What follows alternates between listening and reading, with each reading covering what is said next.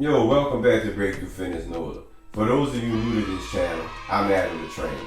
In today's video, we're going to talk about the differences between subcutaneous fat and visceral fat.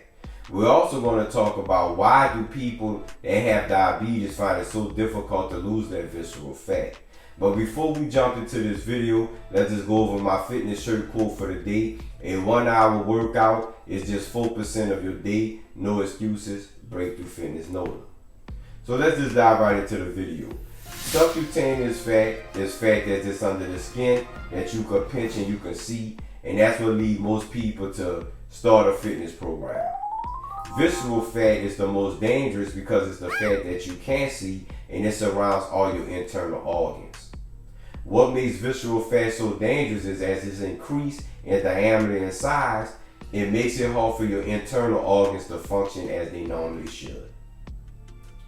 What leads to an increase in visceral fat, and as well as subcutaneous fat, is ingesting foods that cause an inflammatory response. These foods are called inflammatory foods. What are those foods? Those foods, to make it simple, is just foods that's highly processed. That's all the processed meats like bacon, sausages.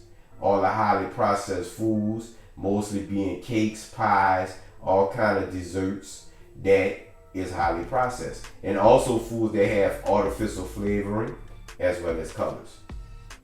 Now, I'm not telling people to eliminate those types of food from the diet because some of those foods are highly tasty. But what I am saying is you can limit your interaction with those foods, and in some cases over time, eliminate some, which will lead to a healthier body for yourself. So what happens when you take on these inflammatory foods, and why do they increase your visceral fat? Well, simply plain, when you ingest a food that causes an inflammatory response, your body immune system tags it as an intruder. When it tags it as an intruder, it want to try to excrete that from the body as quickly as possible. One of the fastest things that the body do to get rid of foods or invaders that come into your body is just put it in a fat cell. It takes the fat that's circulating around the blood, put it around it, put it in a fat cell, and leave it stored there until they can figure out what they want to do with it later. The body doesn't want anything that's freely circulating in the blood other than what should already be there. Simple and plain. So if you cut back on those inflammatory foods, your body will not store as much stuff in the fat cells, and that will lead to a decrease over time of your visceral fat. But let's just talk about how does the body burn fat, period. When we ingest food, our insulin levels go up, and it happens to us all. And because your insulin level goes up, that means your fat burning hormones decrease because your body needs to utilize the food that you just ingested. And it want to store some food for later usage, for exercise or fight or flight response, or if you just go into a period of fasting where we don't have readily available food available to us for long periods of time. So because the insulin goes up, the body fat burning hormones go down, it stores in the fat cells as well as the muscles. So if you overeat chronically over a longer period of time, those fat cells just get larger and larger. And the visceral fat cells get larger and larger. That's why it's so imperative that you monitor the amount of calories as well as the type of foods that you eat, and try to start an exercise program that help balance the two out. It's really that simple. People come to Breakthrough Fitness NOLA, they be like, when we talk about this stuff, they be like, you make it sound so simple, but it really is. You have to hold yourself accountable, and you have to be able to think that you can achieve this. And if you do it in a progressive manner, over time, we could get results. And then before you know it, we're going to get where we want to be at. Then we got that momentum going into that direction of keeping us fit and keeping us mobile. You know, it's so important, y'all, to really get this fitness thing going and stay consistent with it. I can't stress that enough. So when people that have diabetes, they find it increasingly difficult to lose weight and or body fat. Because as I just stated, when we eat food, blood sugar levels go up, insulin goes up. People with diabetes, it takes a long time, if at all, for those insulin and those blood sugar levels to go down, which leads to a longer period of time that they're burning less fat, meaning it's hard for them to reduce that fat. And that is very difficult, and it's very disheartening for a lot of my clients that are dealing with diabetes, because they're trying to get the results that they want, and it just takes them a little bit longer. So what can people do to help decrease visceral fat, whether they have diabetes or they don't have diabetes? First thing first, they need to make better nutritional picks. Eat more fresh vegetables, monitor the fresh fruit, try to decrease those highly processed carbohydrates, which is like rice, pastas, and breads. And if you have to have the starches, because carbohydrates should not be eliminated from the diet, it should be monitored. You will pick the whole grain carbohydrates.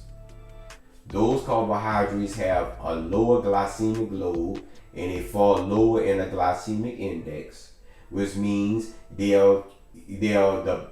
will make the body have a lower insulin response, because the blood sugar levels won't rise so fast.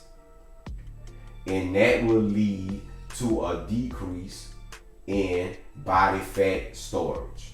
Because if your blood sugar rises slowly and it sustains itself over a period of time, you'll get hungrier less, and your insulin levels won't shoot up, so we can still have good levels of fat burning hormones to burn the fat and not store the fat.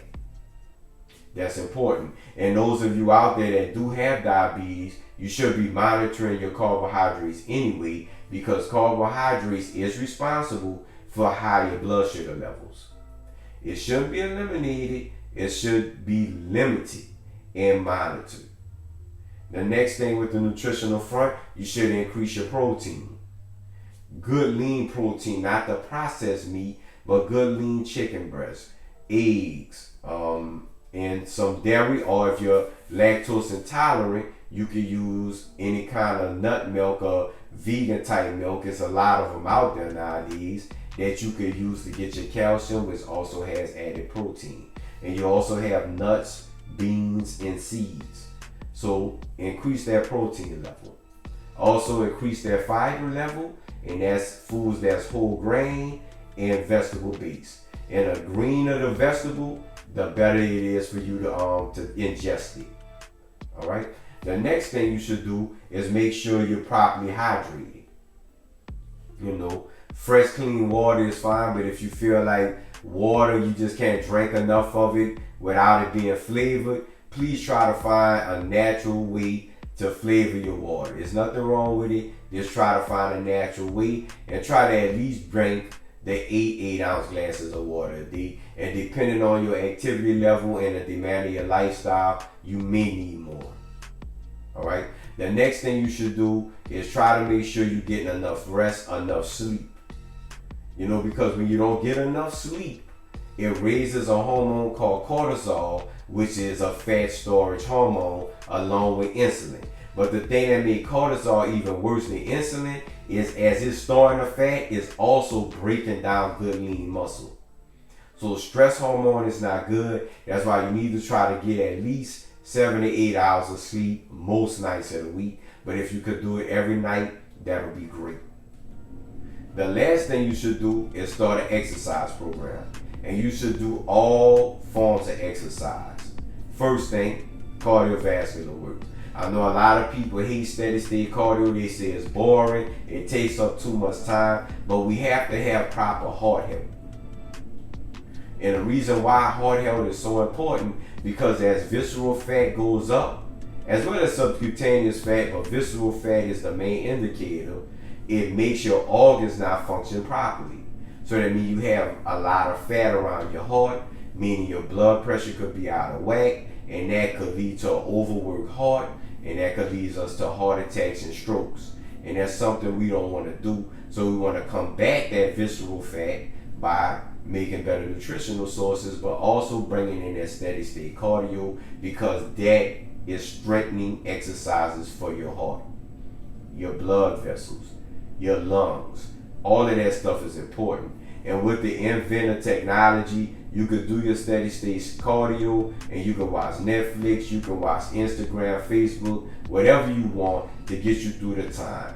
You should try to at least do 30 to 40 minutes a day. Or if you have these watches, try to get your 10,000 steps a day. The next exercise you should definitely put in, and I think is even more important than the cardiovascular work, is strength training. And that's for males and females. When you strength train, especially the heavier you lift, your body becomes more sensitive to insulin.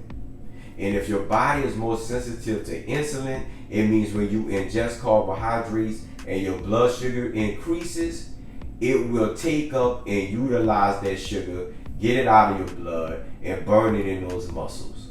And when we have those muscles burning that sugar, bringing those insulin levels down, the fat burning hormone goes up, meaning we can mobilize and burn more fat during activities and after activities.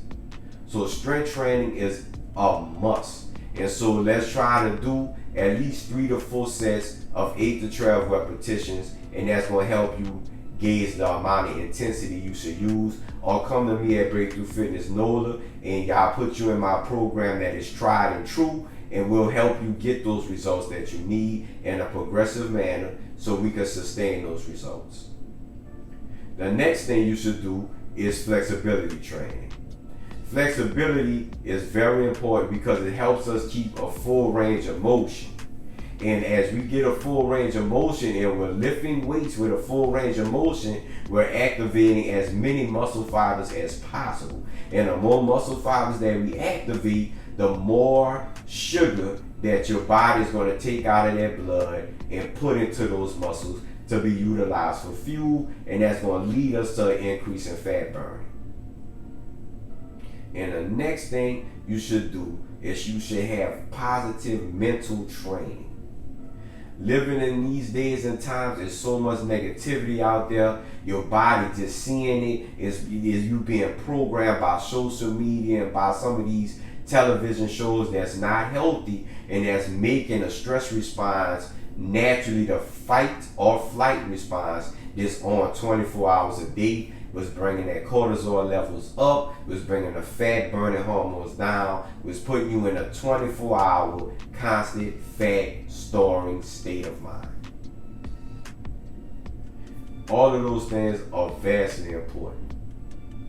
Now, my last point is, why do people with diabetes find it so difficult to lose the visceral fat and then any fat at all? Because people with diabetes, they have higher levels of sugar, blood sugar in their blood, which leads to higher levels of insulin for a longer period of time, and it takes forever for it to go down.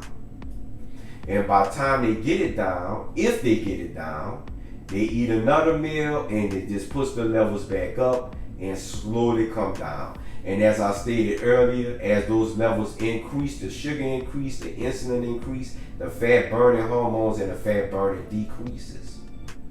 And that brings us into a chronic disease state. And it leads us to metabolic disease. And metabolic disease is just diseases of high blood pressure, diabetes, high cholesterol. All of those diseases is a sign, tried and true symptom of a bigger problem of metabolic disease. And when your metabolic disease is there, guess what happens? Your visceral fat levels increases.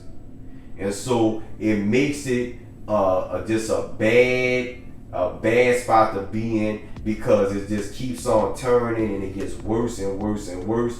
The visceral fats increase, meaning your diabetes probably increasing, your blood pressure probably increasing, you're not sleeping well. It's just a domino effect. But it's not just the end of the world. You should go to your physician, get your yearly checkups.